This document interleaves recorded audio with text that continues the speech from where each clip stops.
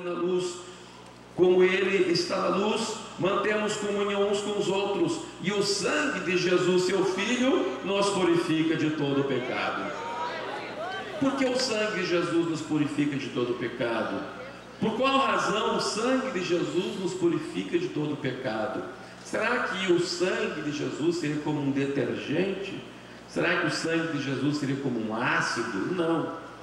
A Bíblia diz que o sangue de Jesus nos purifica de todo o pecado, porque biblicamente o sangue é sinônimo de vida. A vida, diz a Bíblia, no Antigo Testamento, está no sangue. Por esta razão, nessa valorização da simbologia do sangue, a Bíblia no Antigo Testamento e no Novo Testamento proíbe que a gente coma sangue, morcilha de sangue. Agora estava na Argentina lá e serviram uma parrichada, e ali vinha morcilha de sangue. Eu disse: não, troca por chouriço aí, que isso aqui eu não como.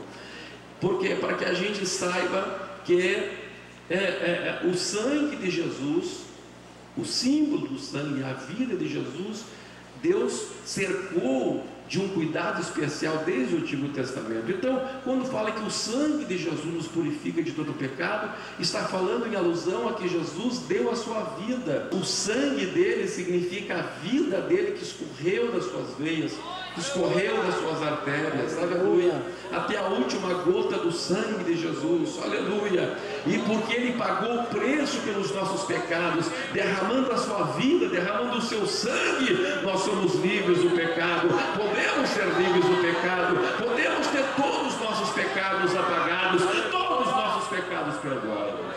No entanto, a preocupação de Deus não é somente em relação aos pecados passados, mas também em relação a nós não vivermos uma vida de domínio de Satanás.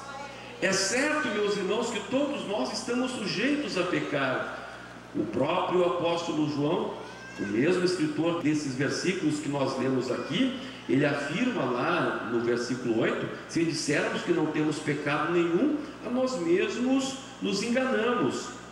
E no verso 10 ele diz: se dissermos que não temos cometido pecado, fazemos um mentiroso, e a sua palavra não está em nós.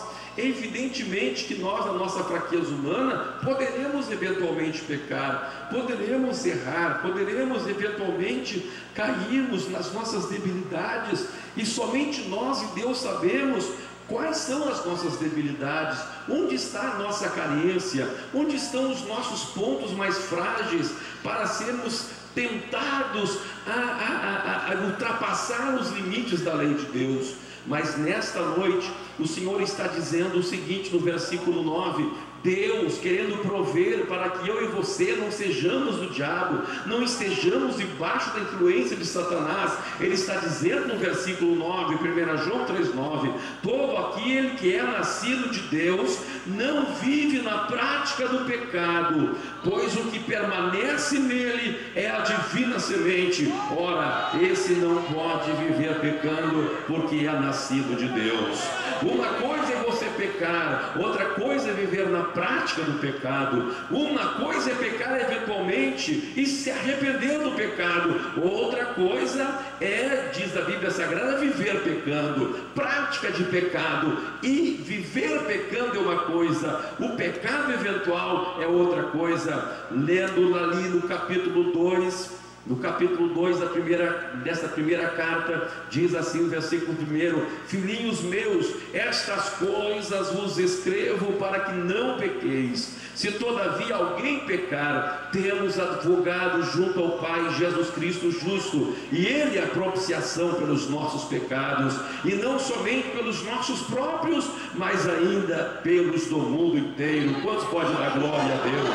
Aleluia! O Senhor nos escreve, o Senhor nos dá a sua palavra, o Senhor nos dá a sua semente para que não pequemos. Todavia, se alguém pecar, temos um advogado para com o Pai, Jesus Cristo justo. Este é o pecado eventual, este é o pecado por uma falha, por uma debilidade, por uma falta de vigilância que muitas vezes ocorre na vida de um crente. Mas o que acontece quando o crente peca este pecado eventual? Imediatamente o Espírito Santo que está na sua vida, aleluia, o Espírito que está na sua vida, e esse é o sinal de que somos dele. Lá no versículo 24 diz assim: e aquele que guarda os seus mandamentos permanece em Deus e Deus dele, e nisto conhecemos que ele permanece em nós, pelo Espírito que nos deu. Glória a Deus.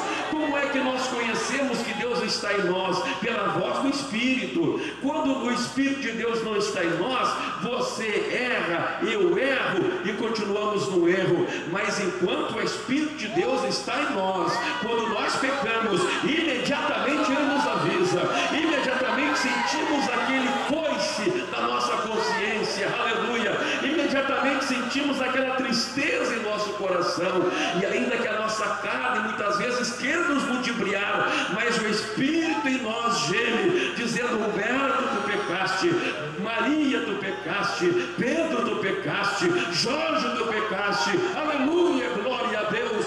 E aquele que peca e se arrepende dos seus pecados e confessa, alcança a misericórdia.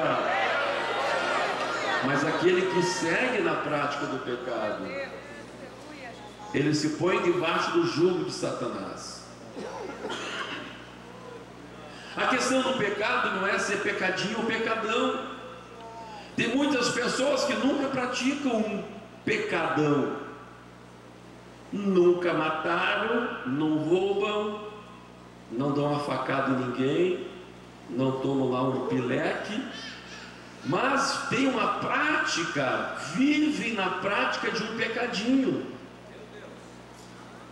Aí o que acontece? Aquele que praticou um pecadão, camarada lá pegou e, fez alguma coisa lá, enfim, brigou lá no serviço, deu um soco, quebrou o braço do colega e chega desesperado na igreja: pastor, eu errei, pastor, o rapaz me provocou lá, pastor, voltou o velho Adão lá e eu dei uma camaçada de pau no camarada, bati e apanhei também, chega com o olho roxo. Mas eu vim aqui, meu irmão, eu vim aqui, pastor, eu vim aqui pedir a minha disciplina, eu vim aqui. Esse cometeu um pecadão, mas está arrependidão também, está confessando, está deixando, e conhece que errou. Por quê? Quem é que fez isso? Quem é que fez esse rapaz vir na igreja e dizer o seu pecado? Quem foi? Quem foi? Quem foi? O Espírito de Deus que está na vida dele, o Espírito Santo que está na vida dele. Aleluia, glória a Deus. Por esta razão diz a Bíblia: todo aquele que é nascido de Deus não vive na prática do pecado. Por quê? Pois o que permanece nele, o que está nele, é a divina semente. Ora, esse não pode viver pecando, porque é nascido de Deus.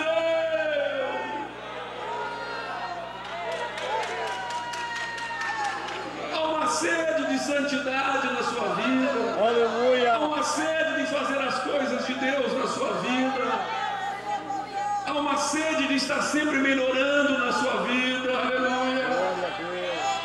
Ele não se contenta com uma vida legalista. Ele não se contenta em obedecer 3, 4, 5 mandamentos, não. O Espírito Santo está sempre dizendo para ele: há algo mais, há algo mais. Você pode santificar um pouco mais. Tem algo mais a deixar. Tem algo mais a fazer. Tem algo mais para se aproximar de Deus. Aleluia.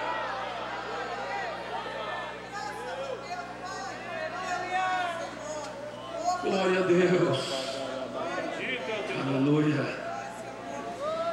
E diz a Bíblia Sagrada, no versículo 10: nisto são manifestos os filhos de Deus e os filhos do diabo. Todo aquele que não pratica a justiça não procede de Deus, e nem aquele que não ama o seu irmão. O Espírito de Deus na nossa vida, ele nos impulsiona. Aqui, segundo o apóstolo João, há duas coisas. Ele nos impulsiona a termos um relacionamento perfeito no âmbito vertical, que é com Deus, e no âmbito horizontal, que é com o nosso irmão. Aleluia. O legalismo não, A pessoa que quer obter a salvação por meio de obediência de alguns mandamentos, ele obedece alguma 3, 4 coisinhas, se acha bom, se acha grande, e para ele é isso. Não há mudança de vida, não tem renúncia,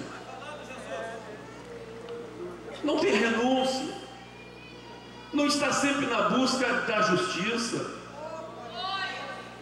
é crítico, murmurador, não sabe repartir, não sabe compartilhar. Quando vê alguém, ele quer saber o que ele pode explorar daquela pessoa, o que aquela pessoa pode ser útil para ele. Aleluia. Mas quando temos o Espírito de Deus, a Bíblia Sagrada diz que este Espírito na nossa vida, a divina semente na nossa vida, nos faz duas coisas: nos faz mantermos uma vida em justiça com Deus, e nos faz nos leva a amar o nosso irmão.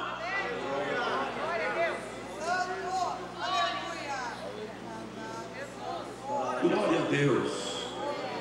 Oh, glória a Deus.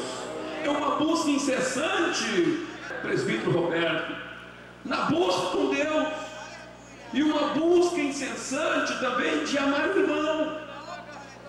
Por que razão isso? Porque o que impulsiona esta pessoa não é uma decisão intelectual, não é uma vontade humana. O verso 9 é claro nisso, diz: todo aquele que é nascido de Deus não vive na prática do pecado. Por quê? Qual é a causa disto? Pois o que permanece nele é a divina semente. Aleluia! Aleluia! Quando é uma decisão intelectual, quando é meramente uma religiosidade, eu tenho que estar sempre me policiando, eu tenho que estar sempre pensando: eu tenho que fazer isso para ele. Hoje é sexta-feira, é dia de fazer uma boa obra. Vou pegar aqui uma esmola, eu vou sair agora, vou procurar um esmoleiro. Primeiro esmoleiro que eu encontrar, eu vou dar aí R$5. Isto é o legalismo humano, isto é a justiça própria humana. Mas a Bíblia está dizendo que não é essa a questão. Não, o que é nascido de Deus não vive na prática do pecado. Não é porque ele tem que estar se policiando, não, é porque tem dentro dele uma divina semente, tem dentro dele a ação do Espírito de Deus, e nisto conhecemos que Deus está em nós. Aleluia! Maravilha, Deus! Porque está em nós, permanece em nós o Espírito que Ele nos deu. A Bíblia diz que um dos gomos do fruto do Espírito é a mansidão. Mansidão, a presença de Deus em nós, presença do Espírito em nós. Esta mansidão produzida pelo Espírito Santo, produzida pelo mortificar da minha carne, do meu eu, não é uma coisa que eu tenho que estar me policiando. Ela vai se tornando natural. Vai se tornando natural. Eu vou negando a minha carne, eu vou buscando o Espírito, e daqui a pouco é natural. Eu estou andando no trânsito, eu não preciso estar, ai meu Deus, eu não posso, não, eu estou tranquilo. Antigamente qualquer um fazia uma coisa, tocar a mão na buzina, passava pelo camarada, olhava com uma cara de bravo assim, rangindo os dentes. O camarada passava, a gente corria atrás para passar por ele, me cortou, eu vou cortar ele também.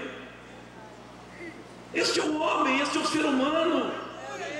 Aleluia. Mas agora, se sou nascido de Deus, se a semente de Deus está em mim, se a minha carne está sendo crucificada, aleluia, é naturalmente agora o meu agir em mansidão. Eu estou, aleluia, lá no trânsito, e alguém me corta e digo assim: está com pressa, o pobre coitado, vai embora, meu filho, vai.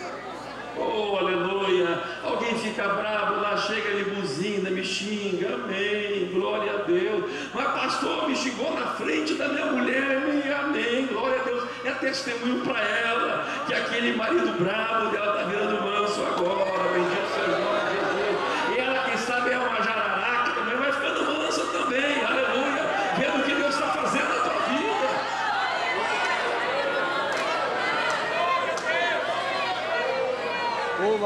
pode viver na prática do pecado, porque a semente de Deus está em ti.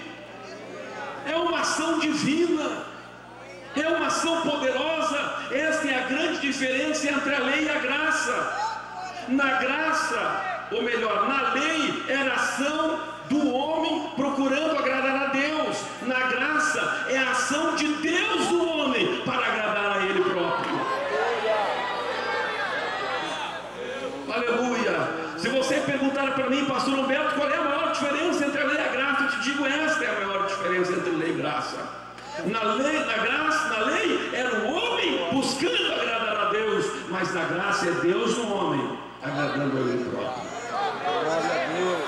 É Deus em ti, é Deus na tua vida. É a busca de Deus, é a busca de Deus. É por isso que não podemos prescindir de buscar a Deus.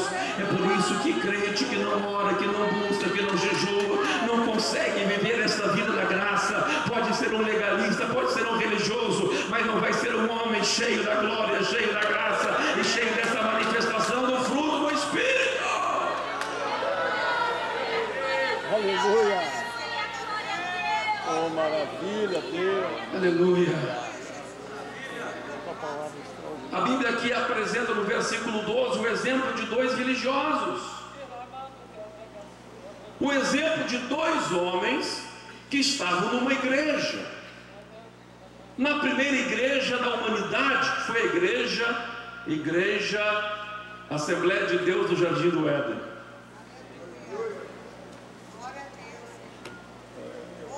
E lá tinha dois obreiros. Tinha o obreiro Abel e o obreiro Caim. O obreiro Abel era o obreiro da graça. O obreiro Caim, o obreiro da lei. O obreiro Caim dizia assim: bem, a lei diz que eu tenho que levar alguma coisa para Deus. Ai, meu Deus, tem que dar oferta. Mas eu vou, tem que obedecer, eu vou. Esperou, depois de alguns tempos, foi e ofereceu o seu sacrifício. Ofereceu direitinho, de acordo com a lei, mas o seu coração estava longe de Deus. Perante os homens estava tudo certinho, estava ali o sacrifício, irmão Roberto, mas Deus estava vendo que aquilo ali era sobra. Deus estava vendo que aquilo era só depois de alguns tempos, depois de algumas